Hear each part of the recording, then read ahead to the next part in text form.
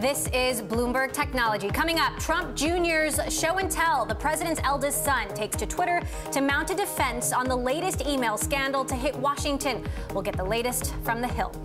Plus, Costello's comeback. The former Twitter CEO returns to the startup scene with a new focus on fitness. He joins us for a wide-ranging interview on everything from Twitter's newly hired CFO to Baroque culture in Silicon Valley.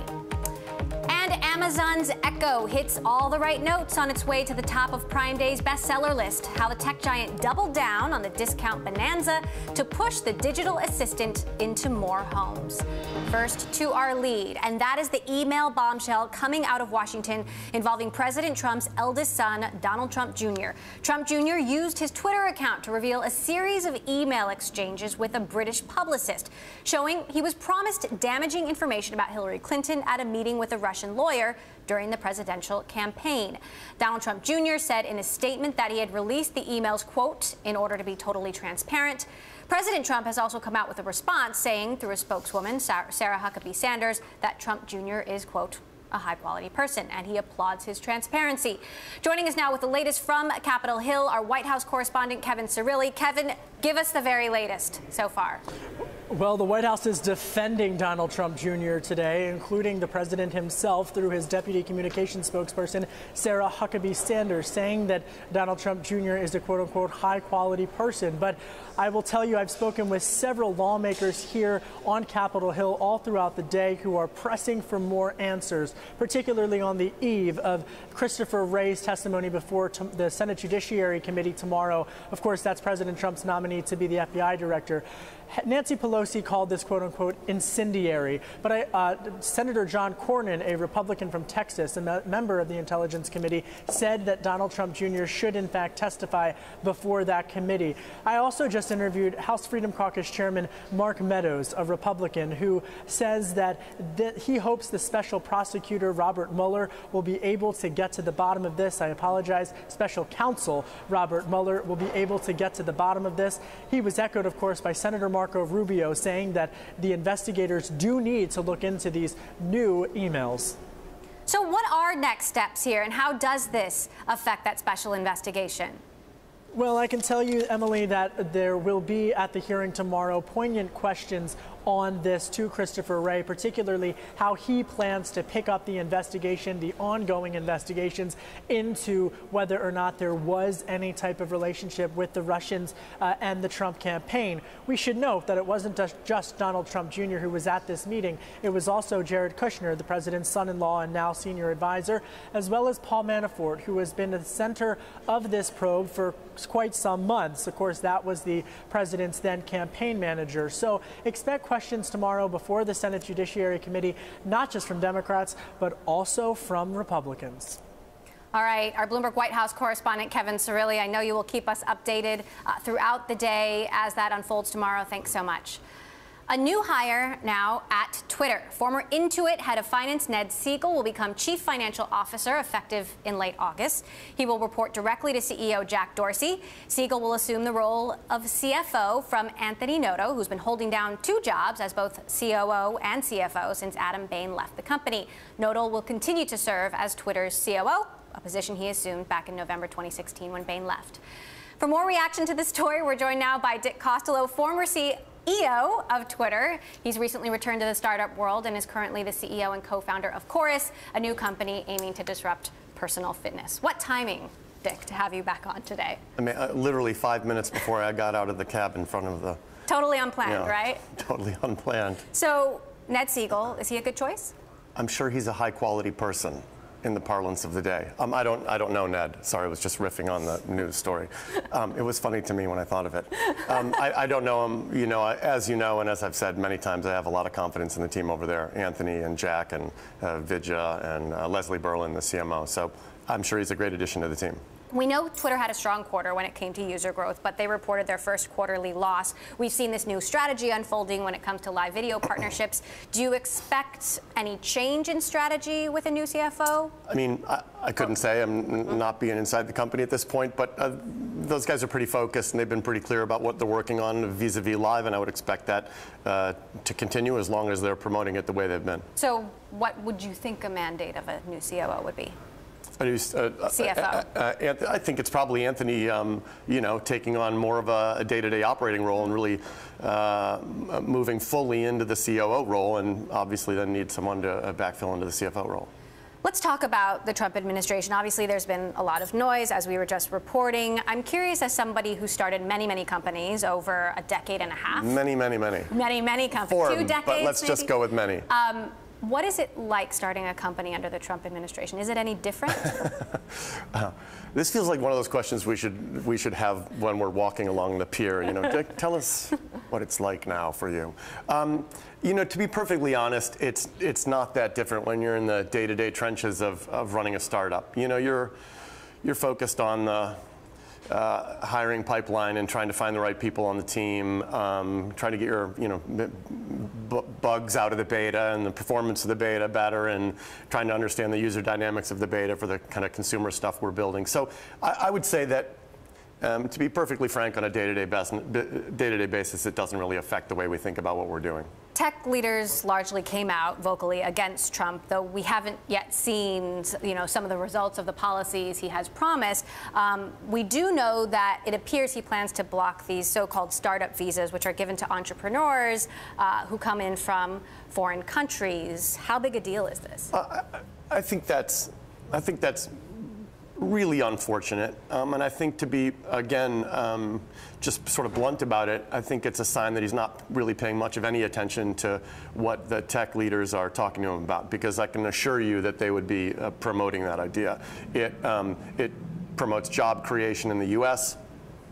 You want the best entrepreneurs in the world starting their companies and building these future big businesses here, and hiring people here, and not doing it elsewhere. And to the extent you can attract them here and enable them to build those companies here and thrive here with a great sort of access to capital and a nourishing of entrepreneurship that we have here, the more of that, the better. So I think it's unfortunate and probably a sign that not having been in any of those discussions, that it's a little bit paying lip service to listening to tech leaders and not really doing it. We've seen tech stocks take a bit of a hit the last couple weeks. They also took a hit today in the wake of another presidential email scandal. Putting on your former public company CEO hat, what would you be bracing for in the public markets? Well, I have thought for a while that the markets have been underpricing risk.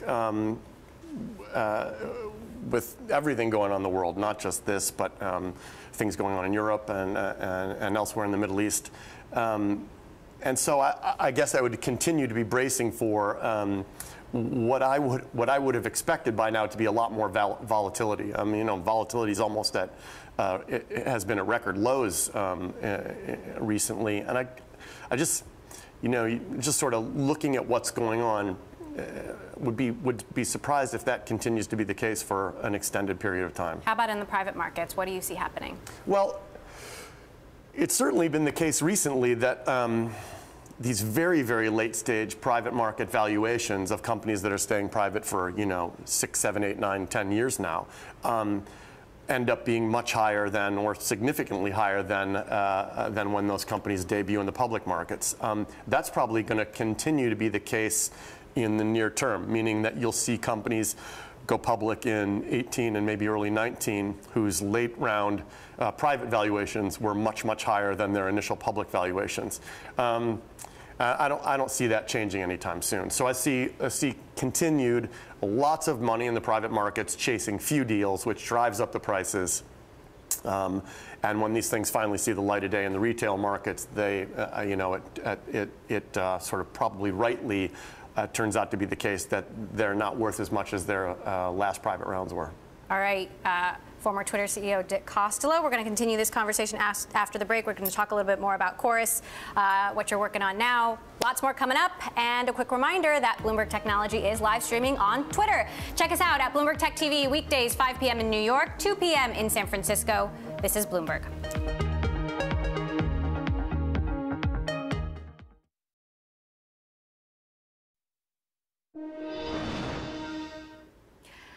A stock we are watching is Snap. After closing just below its IPO price on Monday, it continued its decline, falling nearly 9% today. Snap was downgraded by Morgan Stanley amid concerns over competition from Instagram and the ability of Snapchat's parent to grow as fast as initially expected.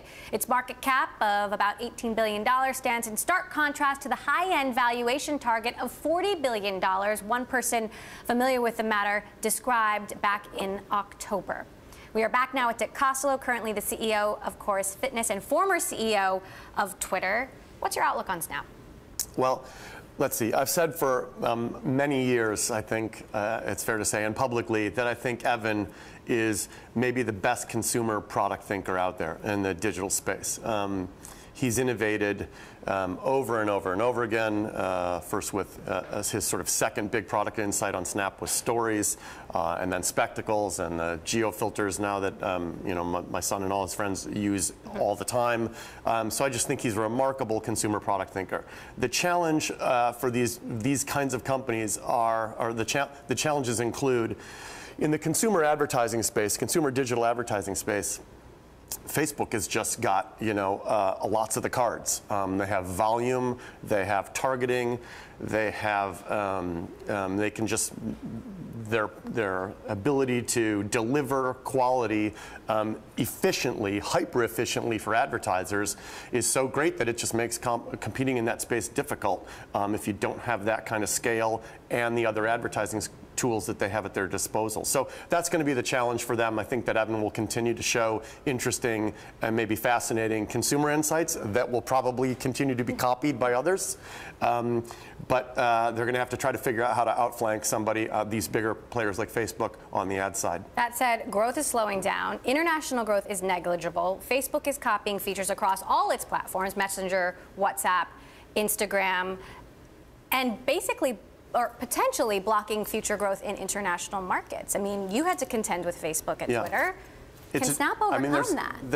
It's a challenge. There's no question about it. The advantage that Evan has is he's a remarkable consumer product thinker. I mean, the fact that he launched Spectacles when he did, in the wake of people sort of waving Google Glass aside. But Spectacles, maybe they took off momentarily, and then just saying, as a consumer product and in the digital space, a consumer product innovator, he's launched a number of successful products. He's had a number of insights that have been wildly different than anything else out there.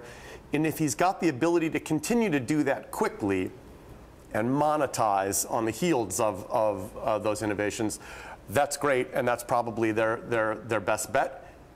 You mentioned the big important challenge, and it's an extraordinary challenge, is if Facebook can just fast follow on all these things and then continue to present these opportunities as we've got the same thing they do, but with a bigger audience to advertisers, that's a very, very tough thing to compete against.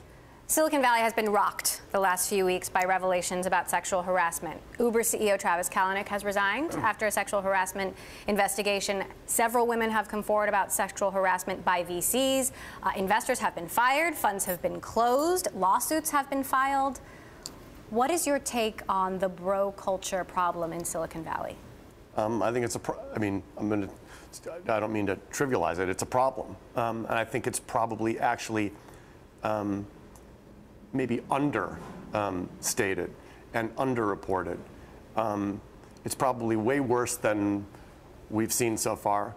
And I think that, again, just to be blunt about it, I think in a lot of cases, the investors in some of these venture firms are simply ignoring it and maybe paying lip service to it, but ignoring it and then funding some of these enterprises anyway. It's widely understood that some of these issues were things that had been said in the background, and yet new funds were raised and on and on and on. So I think that until the capital being committed, by these LPs to these venture funds starts to really take it seriously and invest in more directly in women who are running these funds and in maybe gender-specific funds or people of color funds, you're going to continue to see lip service paid to this because when push comes to shove, the money's flowing into these funds anyway, even when they've heard about some of these things. We've seen a lot of long-winded apologies. Do you buy it?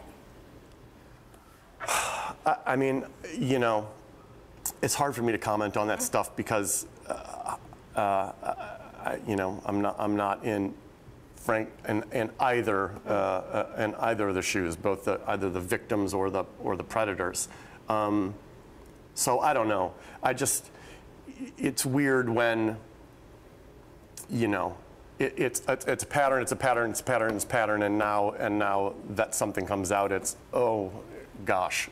So that is a bit, you look askew at that a little bit. Reid Hoffman is encouraging VCs to sign a decency pledge, talking about a third-party HR function that would oversee the relationship between VCs and entrepreneurs.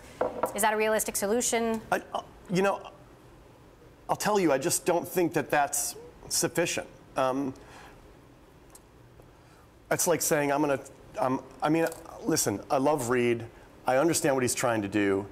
But the answers seem more dramatic to me. Why aren't people funding, women-only GP, funds where the GPs are all women? There are certainly plenty of funds where the GPs are all men, and I just don't see those things getting funded. And instead of saying to the people who are already in these guys-only partnerships, do you promise to do X, Y, Z? I'd like to see a lot more money flowing to, you know what? There are a lot of smart women in the Valley. A lot of them are in the venture business. Let's go enable a few of them to create their own fund and get after it. There are new funds launching all the time. These people are able to get people are able to get funds raised with what I would even go as far as to say aren't records you would look at and say, yeah, I'm going to fund that new venture fund. So there are plenty of super qualified women out there, and I would like to see more of the LPs and institutional investors putting their money where their mouth is in the venture side. Quickly, I know that you are very focused on hiring women at Chorus and at a smaller stage, making sure that it's 50-50. What is your vision for this company? It's a social fitness platform. Our vision for the company is that in the real world, the way people get healthy and live healthy lives is through social motivation and social accountability. And yet online, most fitness platforms are one-on-one. Here's a program for you. And then you go and do it and try to keep yourself motivated in isolation. Chorus is all about getting a team of people together to help each other stay motivated, to do what they want to do and do what they've committed to do and help each other be successful. When's it coming out? It's in beta right now. It's in beta right now and we're working on the user dynamics of it. I have like 3 or 4 more things we really want to do, so I'd say late this fall. All right. Dick Costello, Chorus Fitness CEO, former CEO of Twitter. Always great to have you here on the show. Thanks so much. Coming up, we are on the ground at the Taobao Maker Festival, Hangzhou, China. We will show you which gadgets the youngest consumers in the country are gravitating towards. This is Bloomberg.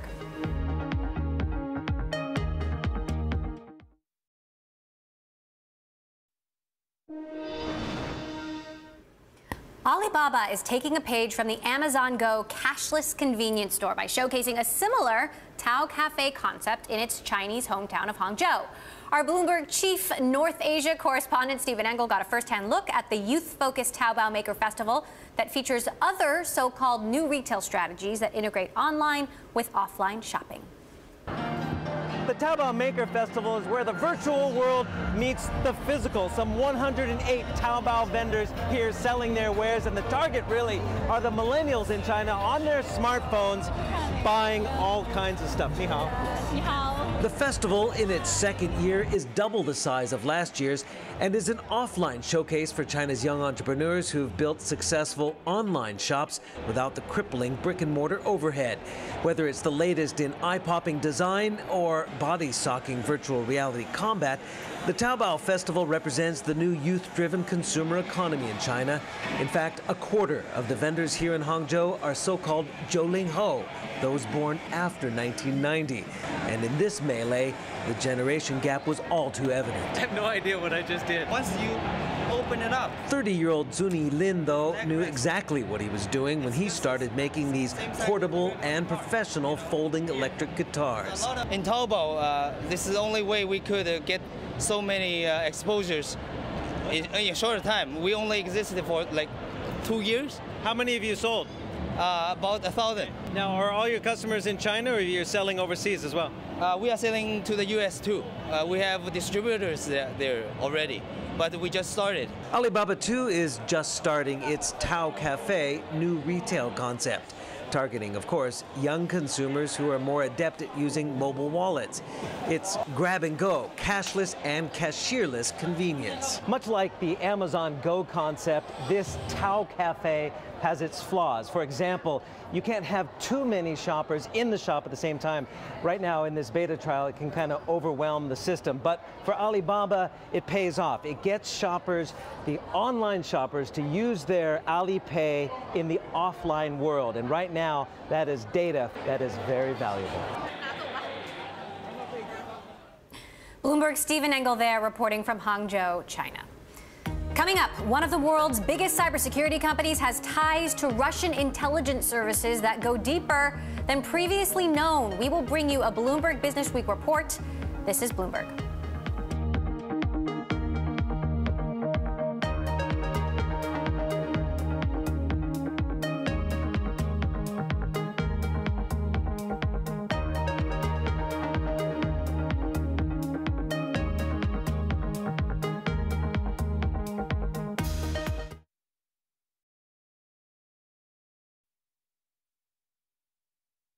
I'm Elisa Parenti in Washington, and you're watching Bloomberg Technology. Let's start with a check of your first word news.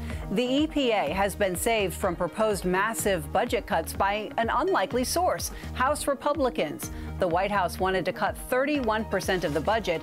House members responded with a 6.5% reduction. Russian Foreign Minister Sergei Lavrov is vowing to retaliate against the U.S. if it fails to return seized diplomatic property in the country. He was referring to the Obama administration's decision to seize Russian embassy country homes in retaliation for election hacking. And Moscow plans to send a Russian diplomat who was blacklisted by the EU to be its next U.S. ambassador. Anatoly Antonov will replace Sergei Kislyak, the envoy at the center of allegations over contacts between the Kremlin. Northern Ireland's Democratic Unionist Party will push for the UK to exit Europe's single market. That is according to a DUP senior lawmaker who spoke with Bloomberg. The party is key to propping up Theresa May's Brexit agenda after she failed to lock down a majority in Parliament. The IOC may pick both Los Angeles and Paris as Olympic host cities in September, when the 2024 and 2028 Summer Games rights are expected to be awarded simultaneously.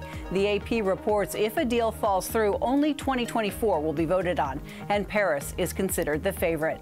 Global news 24 hours a day, powered by more than 2,700 journalists and analysts in more than 120 countries. I'm Elisa Parenti. This is Bloomberg. It's just after 5:30 p.m. Tuesday here in Washington, 7:30 now Wednesday morning in Sydney. We are joined by Bloomberg's Paul Allen with a look at the markets. Good morning, Paul. Good morning, Elisa. Looks like we're set up for a rather tepid start to Wednesday here in Sydney. We got our ASX futures lower by 2 points as we wait on consumer confidence numbers for the month of July. We're not expecting great things there either. Consumer confidence has been steadily weakening in Australia over the past 3 months as consumers struggle with weak wages growth and high household debt. Over in Japan, Nikkei futures looking kind of mixed right now. PPI for June is out a little later. That's expected to remain flat, although pulling back a little year on year. And trade officials from Every country from the TPP except the United States are going to be meeting in Hakane today. This is the start of a two-day meeting to progress that trade deal without the US. Elsewhere, we're also waiting on the South Korean jobless rate for the month of June. That's expected to show a slight contraction to 3.6% from 3.7%. I'm Paul Allen in Sydney. More from Bloomberg Technology next.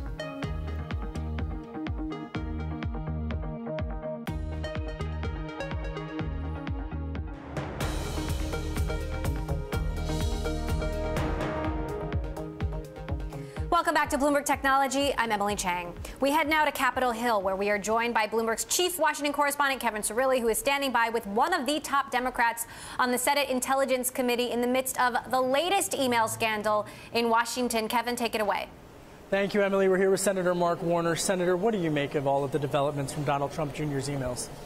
Well, this is the first time the public has seen clear evidence that there was an attempt to offer information to the Trump campaign by clearly an organized effort by the Russian government. And the fact that this is one more example of senior officials from the Trump campaign or Trump organization who continue to deny these contacts with Russians until evidence comes out, and then they have to recant. Senator, what's next? And is this collusion? Does this represent collusion? What are the next steps in this process? Well, other members can jump to conclusions.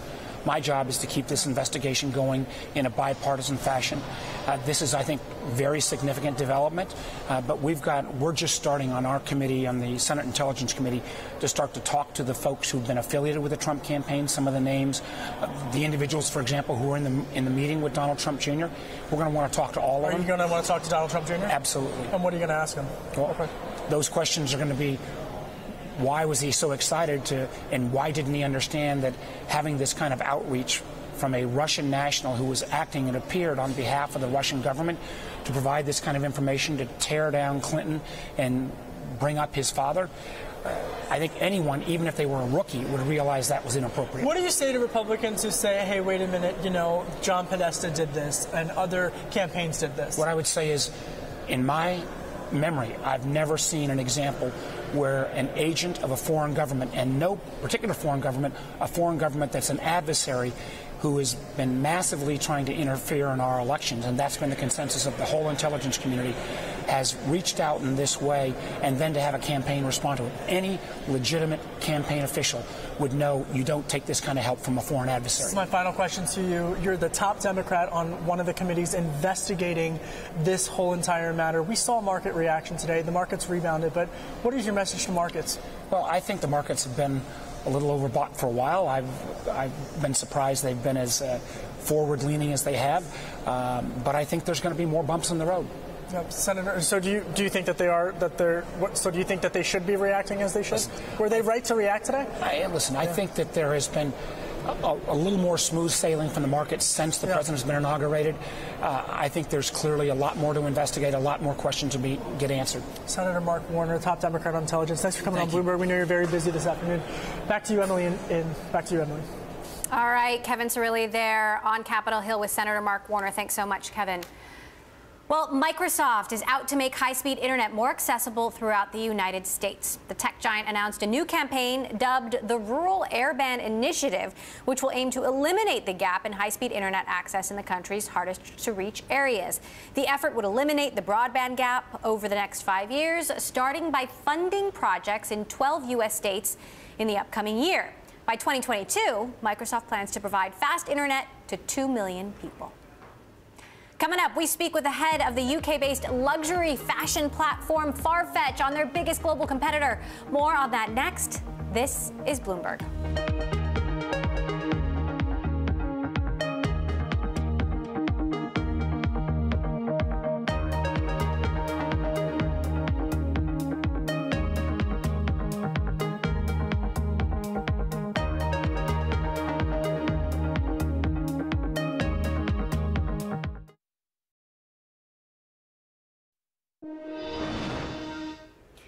In today's revolving door, Michael Ronan, a top executive at Goldman Sachs, is leaving the firm to join Masayoshi Son's planned $100 billion SoftBank Vision Fund. This, according to people familiar with the matter. Ronan has worked on many large tech deals in recent years, including SoftBank's push for majority control of Sprint in 2013. He's also been involved with putting together the Vision Fund earlier in the year. Now, as we've been reporting, Amazon Prime Day is upon us. The annual shopping event allows Amazon's 85 million Prime members to shop till they drop. The one area that the tech giant has yet to conquer is luxury. That is where London-based Farfetch would like to come in. The global luxury fashion online platform partners with hundreds of designers across the globe, allowing them to connect with over 1 million customers in 190 countries. Earlier, Bloomberg's Caroline Hyde sat down with Farfetch founder and CEO Jose Neves in London. She started by asking about the company's use of AI and how much of a role tech will play in the future of e-commerce. Absolutely. We use a lot of data. As a marketplace and as a platform, we have more data than really anyone in the industry. So we are able to leverage that data both in terms of the way we do marketing, so being more targeted and more efficient in terms of online marketing, but also in terms of how we personalize the experience for the user. And that will be a key unique competitive advantage if we're able to really seize that opportunity in the future. Marketing, where do you look? Is it social media based? Is it the customers that already come to you? What do you find works the best? Like everything these days, it's everything. It's a mix of everything. We do mostly digital marketing in terms of money spent. And that's across all platforms, both the Western world platforms, the Facebooks, the Instagrams, the Googles of this world, and obviously the regional platforms, the WeChat, the whole Tencent universe, Yandex in Russia, etc. So we really have a global digital marketing capability, and that was developed obviously over the years.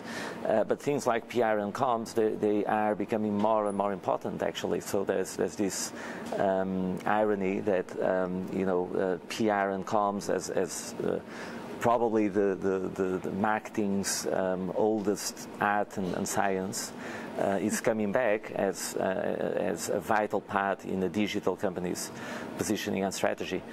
So it's really across all channels. When you are looking at the competitive landscape, how do you assess it? Who are your rivals as you see them? Who are becoming them?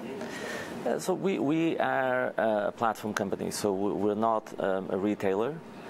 We don't hold any inventory, so we really do not compete with any retailer, be it a department store or even an internet, pure digital retailer. They could be partners of Farfetch and sellers on the platform.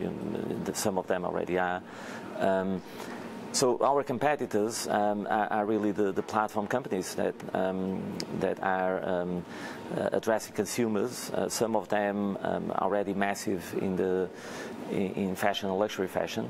If you take Instagram, for example, if Instagram will have a buy button with the logistics and customer service back end, there would be a hell of a competitor. So we look at ourselves as a platform technology driven business with the community ethos behind it, and so that's where we see the competition coming from.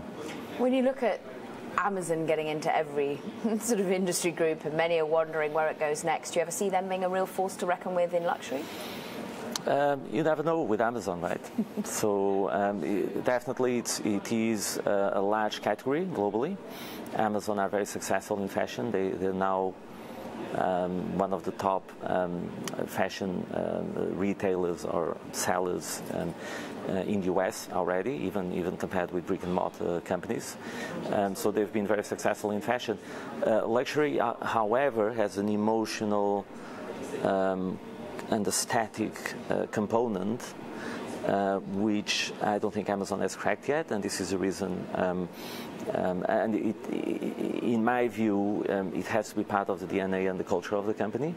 Otherwise, very difficult to steer what is a transatlantic cargo ship. but it's definitely always a company that executes immaculately, and therefore we need to keep an eye. What about, therefore, Brexit? Did it affect you at all? Has it affected the business? Has it affected the source of talent here in the United Kingdom for you to be able to... Not yet in terms of the pool of talent. In terms of the macro variables of the business, it really doesn't have a major impact on Farfetch because we're completely global in terms of trading. Supply from 40 countries going to 180, so whatever happens in one part of the world is compensated by another. So that is relatively controlled, at least for us. For other businesses it will be a bit more complicated. The talent and people part is obviously where we're a bit more worried, but it all depends on the government policies, and we hope that the UK government will keep the doors open to talent. Farfetch founder and CEO Jose Neves there. Well, Kaspersky Lab is one of the biggest cybersecurity companies in the world, and a Bloomberg Businessweek report shows that the company's ties to Russian intelligence services go deeper than has previously been disclosed. Joining me now from Washington, our Bloomberg cybersecurity reporter, Mike Riley, who helped write this story. So, Mike, first of all, tell us what the significance is of Kaspersky and these potential ties to the Russian government. Yeah, I mean, keep in mind that Kaspersky is, you're right, as a major cybersecurity company, its software is sold in Best Buy and Walmart. It's on a lot of people's computers, including key companies and parts of critical organizations in the U.S.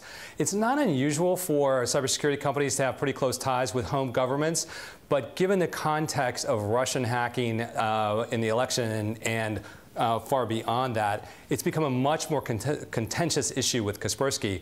In this case, Kaspersky has tried to draw a really bright line and say we have no special relationship with Russian intelligence services because that's going to turn off consumers in the U.S. and Europe. And it turns out their relationship with them is a lot closer than they let on. We do have a statement from Kaspersky Lab. They say when statements are taken out of context, anything can be manipulated to serve an agenda. Kaspersky Lab has always acknowledged that it provides appropriate products and services to governments around the world to protect those organizations from cyber threats, but it does not have any unethical ties or affiliations with any government, including Russia. You guys point out in your story that cybersecurity companies typically stay close to home governments, the U.S. government. How is the U.S. government responding to this? Well, the U.S. government has been turning up the heat on Kaspersky quite a bit lately. The FBI agents have visited the employees of Kaspersky in the U.S. at their homes and asked them very pointed questions about their relationship and how much guidance they get from Moscow. But more than that, they've been sending up a lot of flares. They've sent out warnings that Kaspersky software could be used to hack industrial control systems and things like that operate the power grid and other central places. And most recently, today, there's a report out that Donald Trump is considering a government-wide ban of Kaspersky products. Now, that's not going to be a huge business hit because Kaspersky doesn't do a lot of business with the U.S. government. But if he convinces Walmart and Best Buy to pull this stuff from their shelves, it's a really, really big deal. Half or almost half of Kaspersky's revenue comes from the U.S. and Europe. So this is a key market from them. If they get this kind of whiff of connection to the FSB, when people stop buying their stuff, it's going to be a huge hit. All right. Well, great reporting by you, Mike Riley, and our own Jordan Robertson. Thanks so much, Mike, for giving us that update. Coming up, Amazon is calling its third annual Prime Day record-breaking. We will break down the manufactured holiday next. This is Bloomberg.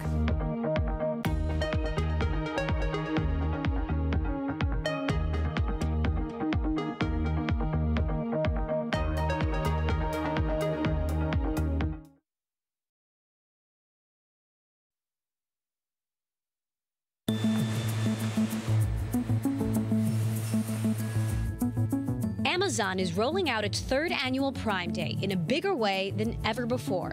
The manufactured holiday was extended to 30 hours with more than 100,000 new deals for Prime members around the globe. The e-commerce giant is offering new deals every 5 minutes on products like the Amazon Echo and flat-screen TVs. Amazon services are also on offer. One flashy deal, 4 months of unlimited music, costing Prime members just 99 cents. But Amazon can't take all the credit for coming up with this extravagant shopping event. The company, run by Jeff Bezos, took a page straight out of Alibaba's handbook. For years, the Chinese e-commerce giant has capitalized on 11/11, aka Singles Day, in China, turning the anti-Valentine's Day into one of the biggest shopping holidays of the year. On Singles Day in 2016, Alibaba racked up almost $18 billion in sales in the 24-hour event. But comparing Singles Day to Prime Day isn't completely fair. Alibaba has been running this show since 2009. Amazon only started these promotions in 2015. Another key difference, Prime Day is only available to the approximately 85 million Prime customers, while Alibaba's event is open to all online shoppers around the world. While Prime Day is still in its early stages, it's already showing signs of being a big success. When Amazon held its first Prime Day in July 2015, it marked a turning point for the stock price. Over the past 2 years, Amazon shares have gained almost 120% in value. Amazon may have some catching up to do, but if it continues to follow in the footsteps of Alibaba, Amazon may be writing a Prime success story of its own. Here now to dig deeper into Amazon's Prime Day, we are joined by our Bloomberg editor-at-large, Corey Johnson, who was at the Amazon World Headquarters just yesterday. So what do we know so far? What has Amazon said about how the day has gone? They haven't given us any numbers, and they probably won't. They didn't last year. We do understand that Prime Day last year was their biggest sales day ever, even bigger than their biggest day in the fourth quarter. Amazon, I went back and I read the annual report of Amazon, and I haven't read it in a few years, so it was actually interesting reading for me this weekend. And one of the things they highlight in that, it's not a big surprise, but that 32% of sales, 33% in prior years, come from the fourth quarter. So that they can have one day that's not in the fourth quarter, I think is really important to them to just draw people to the platform. We're expecting more details from Amazon tomorrow, but so far they have said the Echo has been the best-selling item. Shopping has been at record levels, whatever that means. Spencer Soper, our Amazon reporter in Seattle, just sent me this, saying that a research group named Market Track said the average discount was about 40%. Based on a sample of 120 products. Well, 120 products. Look, I spent about the entire 3 hours of my radio show today with Carol Massar. We were shopping for each other and sort of making fun of the just junk that was available from this Amazon Prime sale. There's Let's say unimpressive. I'm calling it junk. There was Bluetooth speakers. I bought some of the junk. Don't get me wrong. I bought. If my kids aren't watching, they're not watching right now. I bought them Chia Pets. I got one of Barack Obama and one, which is the most expensive of the Chia Pets, and one of Donald Trump Chia Pet. That is amazing. But that was the kind of useless junk that was available in size. But on every page, you could see, just about every page, you could see that they were really emphasizing the Amazon Echo products, which were at a very steep discount. And I think the reason is that it also points to the reason they do this. They want subscribers in Amazon Prime. They want people on their Amazon platform. They want people using Echo. They want people using Prime. And that by doing this event now, it really does, pun intended, prime the pump for the fourth quarter, for the very important shopping days in December. If they can get people to be Prime members now, they can really get them tuned up for an entire year of spending, especially in the fourth quarter. Interestingly, Walmart didn't do anything special today. Target didn't do anything special today. You know, what does this mean for the other retailers? I think that there's an Amazon effect that's being talked about quite a lot right now, with retailers in so much pain, with brick and mortar retailers in so much pain. I think really the bigger effect is on shopping malls. And it's not so much the big retailers, it's all the small retailers and shopping malls that are really getting ground up right now by online shopping, by people that are walking and taking pictures of things on their Amazon phones or on their phones with their Amazon app and then just ordering them on Amazon. They're just really getting eaten up by that kind of competition. The customers are just want to pay a lot less money, and Amazon is there to help them. It's all about building Prime, bringing people into the Amazon ecosystem. One of the most interesting deals was the 99 cents for 4 months of unlimited music, which is, in a way, hitting Apple right where it hurts. Apple's coming out with a HomePod later this year. Music is their main focus with that. You can't get iTunes on the Echo. What do you make of that? I'm so glad you mentioned that. And so in the intro, it said that I was at Amazon headquarters, and you were thinking, wait, I thought he was in a tarmac in Seattle Tacoma Airport. I was at both. And I will tell you that within the hallways of Amazon, they are talking about music quite a lot, and that both Prime Video and Prime Music, with those Echo devices, the biggest beneficiary for Amazon hasn't even been the shopping. I think it's been music. We're going to see numbers about that later in the year. Some of the market research firms are starting to look at that. But I think that Amazon Music is something to keep an eye on, and that I really think we're going to end up with sort of 3 big companies there in Spotify, Apple, and Amazon Prime Music.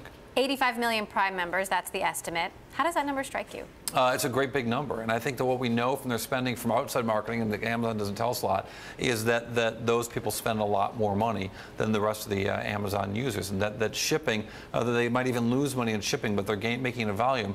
And the thing that we don't really talk about on a day like this is that Amazon Web Services is giving the company the profits to sell this stuff at or below cost.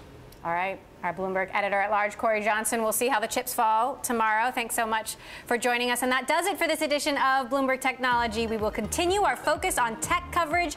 Wednesday, we'll hear from Reddit co-founder Alexis Ohanian. This is Bloomberg.